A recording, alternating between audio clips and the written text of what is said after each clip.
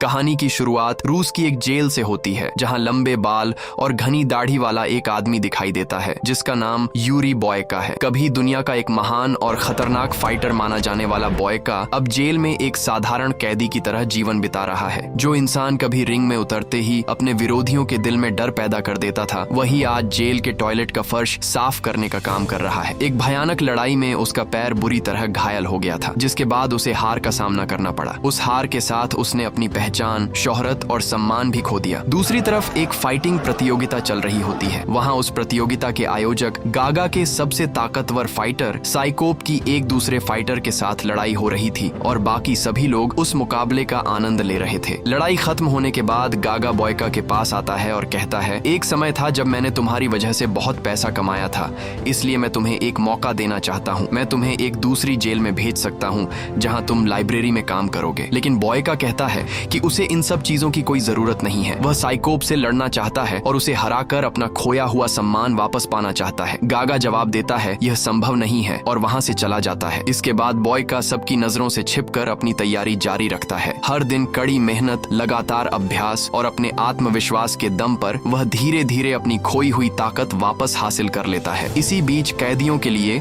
एक विशाल अंतरराष्ट्रीय टूर्नामेंट की घोषणा होती है। इस प्रतियोगिता का नियम बेहद खास था। जो भी विजेता बनेगा उसके सभी अपराधों का रिकॉर्ड मिटा दिया जाएगा और उसे आजादी मिल जाएगी। उधर साइकोप अपने प्रतिद्वंद्वी को हराकर जीत हासिल कर लेता है, लेकिन तभी बॉयका उसे लड़ाई के लिए चुनौती दे देता है। दोनों के बीच मुकाबला शुरू होता है और सभी को पूरा विश्वास था कि साइकोप ही जीतेगा, लेकिन नतीजा बिल्कुल उल्टा निकलता है। अपनी शानदार फाइटिंग स्किल और अटूट इच्छा शक्ति के दम पर बॉयका साइकोप को हरा देता है और वहां मौजूद सभी लोगों को हैरान कर देता है। बॉयका की इस अविश्वसनीय जीत के बाद गागा मजबूर होकर फैसला करता है कि अंतरराष्ट्रीय टूर्नामेंट में साइकोप नहीं बल्कि बॉयका हिस्सा लेगा। अगले ही दिन उसे ऐसी जेल में भेज दिया जाता है जहां दुनिया के अलग अलग देशों से आए सबसे खतरनाक कैदी फाइटर इस प्रतियोगिता में भाग लेने के लिए इकट्ठा हुए थे। नई जेल में आते ही सभी को समझ आ जाता है कि यह जगह बिल्कुल भी आरामदायक नहीं है। इस जेल का वार्डन बहुत सख्त स्वभाव का और चालाक सोच वाला व्यक्ति था। इसके बाद एक एक करके सभी फाइटरों का परिचय कराया जाता है। फिर एक रोमांचक घटना होती है। टर्बो नाम का एक बहादुर अमेरिकी फाइटर वार्डन से बहस में उलझ जाता है। उसकी इस हरकत को बर्दाश्त न करते हुए गार्ड उसे कड़ी सजा देते हैं। इसके बाद वार्डन सभी को साफ शब्दों में बता देता है कि यहाँ नियम ही सबसे बड़ा कानून है। किसी भी आदेश की अवहेलना करने का परिणाम बहुत भयानक होगा। इसके बाद सभी कैदियों को उनकी कोठरियों में भेज दिया जाता है। अगले दिन उन्हें एक नई और कठोर हकीकत का सामना करना पड़ता है। उन्हें एक खदान में ले जाया जाता है जहाँ बताया जाता है कि हर दिन केवल 1 घंटे की फाइटिंग ट्रेनिंग दी जाएगी, बाकी पूरा समय उन्हें कठिन मेहनत करनी होगी। यह सुनकर सभी नाराज हो जाते हैं, लेकिन विरोध करने का कोई मौका नहीं था। इसलिए मजबूर होकर वे खदान में पत्थर तोड़ने का काम शुरू कर देते हैं। काम के दौरान टर्बो बार बार बॉयका को अलग अलग बातें कहकर उकसाने लगता है। इससे दोनों के बीच झगड़ा शुरू हो जाता है और गार्ड किसी तरह आकर उन्हें रोकते हैं। इसी दौरान उनकी नजर डॉलर नाम के एक रहस्यमयी फाइटर पर पड़ती है। जहां बाकी सभी कठिन मेहनत से थक रहे थे, वहीं वह आराम से अपना समय बिता रहा था। यह बात सभी के लिए साफ थी कि उसे अधिकारियों की तरफ से विशेष सुविधाएं मिल रही थीं। बाद में पता चलता है कि जेल का वार्डन गुप्त रूप से उसे ताकत बढ़ाने वाली दवाइयां दे रहा है ताकि वह प्रतियोगिता में आसानी से बाकी फाइटरों को हरा सके। आखिरकार लंबे इंतजार के बाद टूर्नामेंट शुरू होता है। पहली लड़ाई में सिल्वा अपनी शानदार क्षमता का प्रदर्शन करते हुए अपने प्रतिद्वंद्वी को हराकर अगले दौर में पहुंच जाता है। इसके बाद टर्बो अपनी बेहतरीन गति और सटीक तकनीक की मदद से एक और जीत हासिल कर लेता है। फिर बारी आती है बॉयका के मुकाबले की। उसका प्रतिद्वंद्वी फ्रांस का शक्तिशाली फाइटर डुपॉन था। शुरुआत में डुपॉन बॉयका पर जबरदस्त दबाव बनाता है, लेकिन बॉयका शांत रहकर लड़ाई जारी रखता है। वह धीरे धीरे अपने प्रतिद्वंद्वी की कमजोरियों को पहचान लेता है और सही मौके पर जोरदार पलटवार करके मैच का नियंत्रण अपने हाथ में ले लेता है। अंत में वह डुपॉन को हराकर सेमीफाइनल में पहुंच जाता है। उधर डॉलर भी अपनी असामान्य ताकत का प्रदर्शन करते हुए अपने प्रतिद्वंद्वी को हरा देता है और सेमीफाइनल में जगह बना लेता है। लेकिन इस टूर्नामेंट के पीछे एक और भी खौफनाक रहस्य छिपा हुआ था। जो फाइटर हार जाते थे उन्हें यह कहकर ले जाया जाता था कि उन्हें उनकी अपनी जेल में वापस भेजा जा रहा है, लेकिन उन्हें एक सुनसान जगह पर ले जाकर गोली मारकर हत्या कर दी जाती थी। हालांकि उस समय तक बॉयका और बाकी फाइटरों को इस भयानक सच्चाई के बारे में कुछ भी पता नहीं था। अगर आपने अभी तक चैनल को सब्सक्राइब नहीं किया है तो अभी कर लीजिए, और अगर वीडियो आपको अच्छा लगा हो तो एक लाइक भी दे दीजिए। आगे और भी बहुत सारे इंटरेस्टिंग वीडियो आने वाले हैं, इसलिए जुड़े रहिए। अगली सुबह बॉयका और टर्बो को फिर से खदान में काम करने के लिए ले जाया जाता है। इस बार दोनों को एक ही जंजीर से बांध दिया गया था, लेकिन टर्बो फिर से बॉयका से उल्टी सीधी बातें करने लगता है। इससे बॉयका बहुत गुस्सा हो जाता है और टर्बो पर हमला कर देता है। देखते ही देखते दोनों के बीच जबरदस्त लड़ाई शुरू हो जाती है। कुछ ही देर बाद गार्ड आकर उन्हें रोक देते हैं और दोनों को काल कोठरी में बंद कर दिया जाता है। उस अंधेरी कोठरी में बंद रहने के दौरान भी टर्बो बार बार बॉयका से बात करने की कोशिश करता है, लेकिन बॉयका उसकी किसी बात का जवाब नहीं देता। उधर उस काल कोठरी में बैठने तक की जगह नहीं थी, इसलिए लगातार खड़े रहने की वजह से बॉयका के पैर में फिर से समस्या होने लगती है। कुछ समय बाद गागा और टर्बो का मैनेजर बॉयका और टर्बो से मिलने आते हैं। बॉयका और टर्बो उन्हें बताते हैं कि उनसे खदान में जबरदस्ती काम कराया जा रहा है और उन्हें ठीक से खाना भी नहीं दिया जा रहा। उनकी शिकायत सुनकर दोनों वार्डन से बात करने जाते हैं। वहीं उनकी मुलाकात रेजो नाम के एक शक्तिशाली माफिया से होती है। रेजो उन्हें साफ साफ बता देता है कि पूरी प्रतियोगिता उसी के नियंत्रण में चल रही है। उसका पसंदीदा फाइटर डॉलर है और उसे जिताने के लिए ही बाकी कैदियों से कठिन मेहनत करवाई जा रही है, ताकि वे लड़ाई शुरू होने से पहले ही थक जाएं और कमजोर पड़ जाएं। रेजो आगे कहता है कि उसे पूरा विश्वास है कि आखिर में डॉलर ही विजेता बनेगा। वह गागा और टर्बो के मैनेजर को भी डॉलर पर दांव लगाने की सलाह देता है। रेजो उन्हें गारंटी देता है कि डॉलर ही जीतेगा। बहुत सारे पैसों के लालच में गागा और टर्बो का मैनेजर उसकी बात मान लेते हैं। दूसरी ओर बॉयका और टर्बो खदान का काम खत्म करने के बाद रोज सिर्फ 1 घंटा अभ्यास कर पाते थे, लेकिन वह उनके लिए बिल्कुल पर्याप्त नहीं था। धीरे धीरे बॉयका और टर्बो के बीच दोस्ती भी होने लगती है। दोनों समझ जाते हैं कि सिर्फ 1 घंटे की ट्रेनिंग से वे कभी नहीं जीत पाएंगे, इसलिए वे फैसला करते हैं कि खदान के काम को ही अपनी ट्रेनिंग बना लेंगे। भारी पत्थर उठाना, वजन ढोना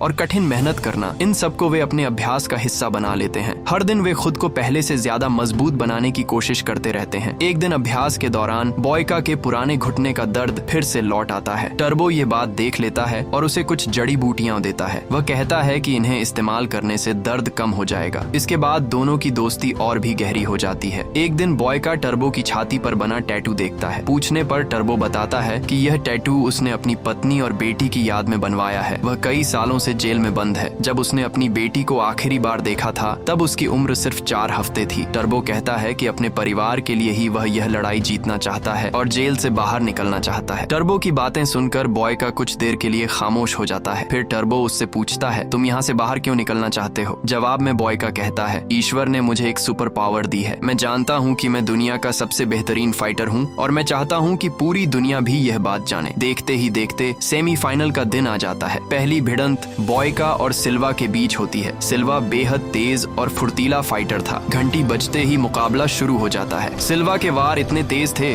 कि बॉयका को हमला करने का मौका ही नहीं मिल रहा था। वह जितनी बार हमला करने की कोशिश करता, सिल्वा उतनी ही बार बड़ी कुशलता से बच निकलता। इसी दौरान लड़ाई के बीच बॉयका के घुटने का दर्द फिर से उभर आता है। ऊपर बैठा डॉलर भी इस बात को नोटिस कर लेता है। कुछ देर तक ध्यान से देखने के बाद बॉयका सिल्वा की लड़ने की शैली को पूरी तरह समझ जाता है और अपनी रणनीति बदल देता है। इसके बाद मैच का रुख बदल जाता है। बॉयका धैर्य के साथ सही मौके का इंतजार करता है और फिर पलटवार शुरू कर देता है। उसके जबरदस्त हमलों के दबाव में सिल्वा धीरे धीरे पीछे पड़ने लगता है। फिर भी वह हार मानने को तैयार नहीं था और आखिरी पल तक लड़ता रहा, लेकिन अंत में बॉयका के अनुभव और ताकत के सामने सिल्वा टिक नहीं पाया। आखिरकार बॉयका सिल्वा को हराकर जीत हासिल कर लेता है। बॉयका की जीत से पूरा जेल परिसर खुशी से गूंज उठता है। कैदी उसका नाम लेकर जोर जोर से चिल्लाने लगते हैं, लेकिन माफिया डॉन रेजो चिंता में पड़ जाता है। केवल 1 घंटे की प्रैक्टिस मिलने के बावजूद बॉयका ने इतने शक्तिशाली प्रतिद्वंद्वी को हरा दिया था। अब उसे डर सताने लगता है कि कहीं टर्बो भी डॉलर को न हरा दे। इसी डर से रेजो एक गंदी साजिश रचता है। इसके बाद वार्डन कुछ गार्डों को साथ लेकर टर्बो के पास आता है। वार्डन के इशारे पर गार्ड टर्बो को बेरहमी से पीटते हैं। फिर बिना कोई इलाज कराए उसे उसकी सेल में फेंक दिया जाता है। उनका असली मकसद था किसी भी तरह डॉलर की जीत सुनिश्चित करना। बाद में जब बॉयका टर्बो की सेल के सामने से गुजर रहा होता है तो वह उसे बुरी तरह घायल हालत में पड़ा हुआ देखता है। टर्बो की हालत देखकर ही बॉयका समझ जाता है कि यह कोई साधारण घटना नहीं है। डॉलर को फायदा पहुंचाने के लिए ही इस हमले की योजना बनाई गई थी। हैरानी की बात यह थी कि इतनी मार खाने के बाद भी टर्बो का हौसला नहीं टूटा था। वह अब भी डॉलर के खिलाफ लड़ने की इच्छा जताता है, लेकिन बॉयका उसे हकीकत समझाता है। वह कहता है कि इस समय उसे लड़ाई नहीं बल्कि इलाज की जरूरत है। यह कहकर बॉयका प्रैक्टिस करने चला जाता है। जब बॉयका अभ्यास कर रहा होता है तभी डॉलर उसके पास आता है और उसका मजाक उड़ाने लगता है। वह कहता है, तुम पहले टॉयलेट और फर्श साफ किया करते थे, तुम्हारे जैसे सफाई कर्मचारी कभी मेरे बराबर बराबर नहीं हो सकते। बॉयका को गुस्सा तो आता है लेकिन वह खुद पर काबू रखता है। वह सिर्फ इतना कहता है, मैं तुम्हारे बराबर हूँ या नहीं इसका फैसला रिंग में हो जाएगा। इसके बाद वह फाइनल मुकाबले की तैयारी के लिए पहले से भी ज्यादा मेहनत करने लगता है। दिखाया जाता है कि सिल्वा को भी उसी जगह ले जाकर गोली मारकर हत्या कर दी जाती है। इधर इतनी मार खाने के बावजूद टर्बो फिर से अभ्यास करता हुआ दिखाई देता है। अगले दिन सुबह सभी कैदियों को फिर से खदान में काम करने के लिए ले जाया जाता है। भारी हथौड़े से पत्थर तोड़ते हुए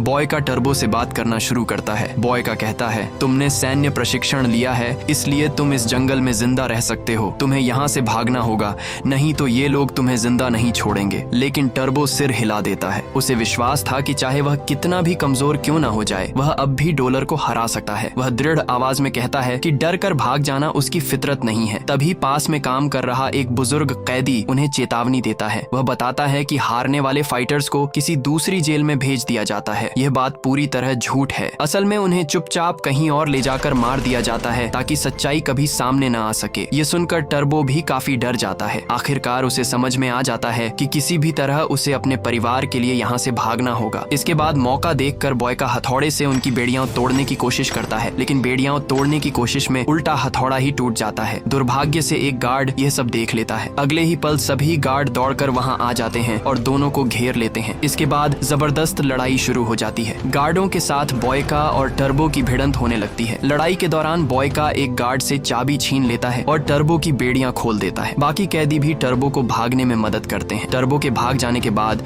गार्ड बॉयका को बेरहमी से पीटते हैं और उसे बेहोश कर देते हैं। रुकिए, अगर आपने अभी तक चैनल को सब्सक्राइब नहीं किया है तो अभी कर लीजिए, और अगर वीडियो आपको अच्छा लगा हो तो एक लाइक भी दे दीजिए। आगे और भी बहुत सारे इंटरेस्टिंग वीडियो आने वाले हैं, इसलिए जुड़े रहिए। पानी डालकर जब उसे होश में लाया जाता है तो बॉयका खुद को एक सेल में जंजीरों से बंधा हुआ पाता है। वहाँ वार्डन और रेजो आते हैं। रेजो बताता है कि टर्बो के भाग जाने की वजह से डॉलर बिना कोई मैच खेले सीधे फाइनल में पहुंच गया है और अब फाइनल में बॉयका का मुकाबला डॉलर से होगा। बॉयका समझ जाता है कि उसे जीतने का मौका नहीं दिया जाएगा। तब वह अपने पुराने मैनेजर गागा से मिलना चाहता है, लेकिन गागा आकर स्वीकार करता है कि उसने पैसों के लालच में रेजो का साथ दे दिया है। गागा की इस विश्वासघात से बॉयका बहुत निराश हो जाता है। इधर सभी लोग फाइनल मैच का इंतजार करने लगते हैं। हर कोई डॉलर पर दांव लगा रहा था क्योंकि ज्यादातर लोगों का मानना था कि जीत उसी की होगी। आखिरकार फाइनल का दिन आ जाता है। मैच की शुरुआत में डॉलर का प्रदर्शन बहुत शानदार रहता है क्योंकि ड्रग्स की वजह से उसकी ताकत कई गुना बढ़ चुकी थी। डॉलर लगातार हमले करके बॉयका को दबाव में डाल देता है, लेकिन बॉयका भी उसकी सभी चालों को समझकर पलटवार करता है। इसके बाद डॉलर बॉयका की कमजोर जगह पर हमला करना शुरू कर देता है। वह बार बार बॉयका के घुटने पर वार करता है। इससे बॉयका के हमले थोड़े धीमे पड़ जाते हैं, लेकिन वह रुकता नहीं है। समय के साथ लड़ाई और भी ज्यादा रोमांचक और कठिन होती जाती है। दोनों फाइटर्स अपनी आखिरी ताकत तक झोंक देते हैं। जीत हासिल करने के लिए वे ऐसी भयंकर भिड़ंत में उतर जाते हैं जहां एक पल की गलती भी सब कुछ बदल सकती थी। प्रतिद्वंदी की कमजोरी को समझकर डॉलर और भी निर्दयी हो गया। उसने मौके का फायदा उठाते हुए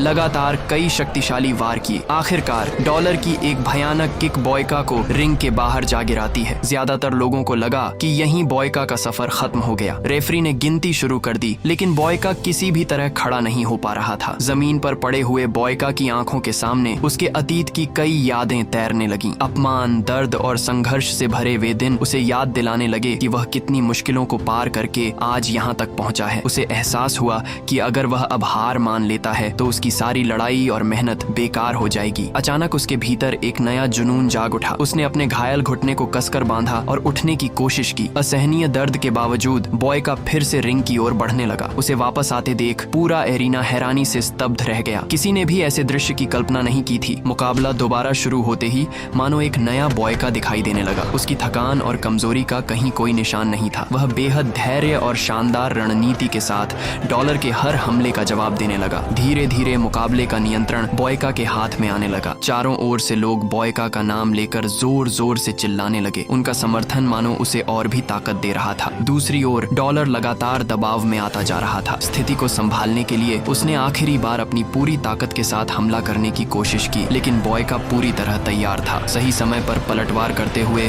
उसने डॉलर का संतुलन बिगाड़ दिया। उस भयानक टक्कर के बाद डॉलर जमीन पर गिर पड़ा और फिर दोबारा खड़ा नहीं हो सका। रेफरी ने कुछ सेकंड तक स्थिति का निरीक्षण किया और फिर मुकाबले के समाप्त होने की घोषणा कर दी। इसके साथ ही बॉयका को विजेता घोषित कर दिया गया। उसकी जीत की खबर फैलते ही सभी कैदियों की खुशी का ठिकाना नहीं रहा। हर तरफ जश्न का माहौल बन गया। वहीं जिन लोगों ने डॉलर की जीत पर भारी रकम लगाई थी, उनकी सारी योजनाएं एक ही पल में धूल में मिल गईं। बॉयका की यह जीत सिर्फ एक मुकाबले की जीत नहीं थी, बल्कि असंभव को संभव बना देने का एक अद्भुत उदाहरण थी। इधर गागा वार्डन को डांटकर वहां से चला जाता है। दूसरी तरफ टर्बो का मैनेजर एक बंदूक लेकर वार्डन के कमरे में पहुंचता है और उस पर चिल्लाने लगता है। गुस्से में वह रेजो को भी गोली मारकर हत्या कर देता है, लेकिन तभी पीछे से वार्डन टर्बो के मैनेजर पर गोली चला देता है और वह वहीं मारा जाता है। उधर बॉयका को उम्मीद थी कि वादे के मुताबिक अब उसे आजादी मिल जाएगी, लेकिन उसके सामने एक नई परेशानी आ खड़ी होती है। उसे बताया जाता है कि उसने टर्बो को भागने में मदद की थी, इसलिए उसकी रिहाई रद्द कर दी गई है। हैरानी की बात यह थी कि यह खबर सुनकर भी बॉयका बिल्कुल शांत रहता है। वह किस्मत के फैसले को स्वीकार कर चुपचाप अपनी आखिरी यात्रा की तैयारी करने लगता है। कुछ देर बाद गार्ड उसे उस सुनसान जगह पर ले जाते हैं। तभी बॉयका समझ जाता है कि अब उसकी मौत तय है। जैसे ही वार्डन उसे गोली मारने वाला होता है, तभी टर्बो वहां पहुंच जाता है और वार्डन समेत बाकी गार्डों को मार गिराता है। इसके बाद बॉयका और टर्बो वहां से भाग निकलते हैं। कुछ समय बाद वे एक कार के पास पहुंचते हैं। कार में बैठते ही बॉयका और भी ज्यादा हैरान हो जाता है, क्योंकि उसके अंदर गागा मौजूद था। तभी गागा एक ऐसा सच बताता है जो बॉयका को भी चौंका देता है। सबके खिलाफ जाकर उसने शुरू से ही बॉयका की प्रतिभा पर भरोसा किया था और उसी भरोसे के दम पर उसने एक बड़ा जोखिम उठाया था। गागा ने अपना सारा पैसा बॉयका पर ही दांव पर लगाया था। आखिरकार उसका यह फैसला उसे जबरदस्त सफलता दिलाता है। इसके बदले में गागा बॉयका को भी बहुत बड़ी रकम देता है। इसके बाद बॉयका कहता है कि अब वह अपना रास्ता खुद चुनना चाहता है। यह कहकर वह कार से उतर जाता है। विदाई के समय टर्बो और बॉयका के बीच एक भावुक दृश्य दिखाया जाता है। दोनों जानते थे कि अब उनके रास्ते अलग हो चुके हैं, फिर भी उन्हें विश्वास था कि शायद किसी दिन उनकी मुलाकात फिर होगी। आखिरी बार एक दूसरे को शुभकामनाएं देकर वे अलग अलग दिशाओं में आगे बढ़ जाते हैं। लंबे संघर्ष, अनगिनत असफलताओं और कठिन परीक्षाओं के बाद आखिरकार बॉयका ने अपनी खोई हुई इज्जत और पहचान वापस पा ली थी। नए सफर की ओर बढ़ते हुए उसके चेहरे पर एक शांत और आत्मविश्वास भरी मुस्कान दिखाई देती है। इसी के साथ इस फिल्म का अंत हो जाता है।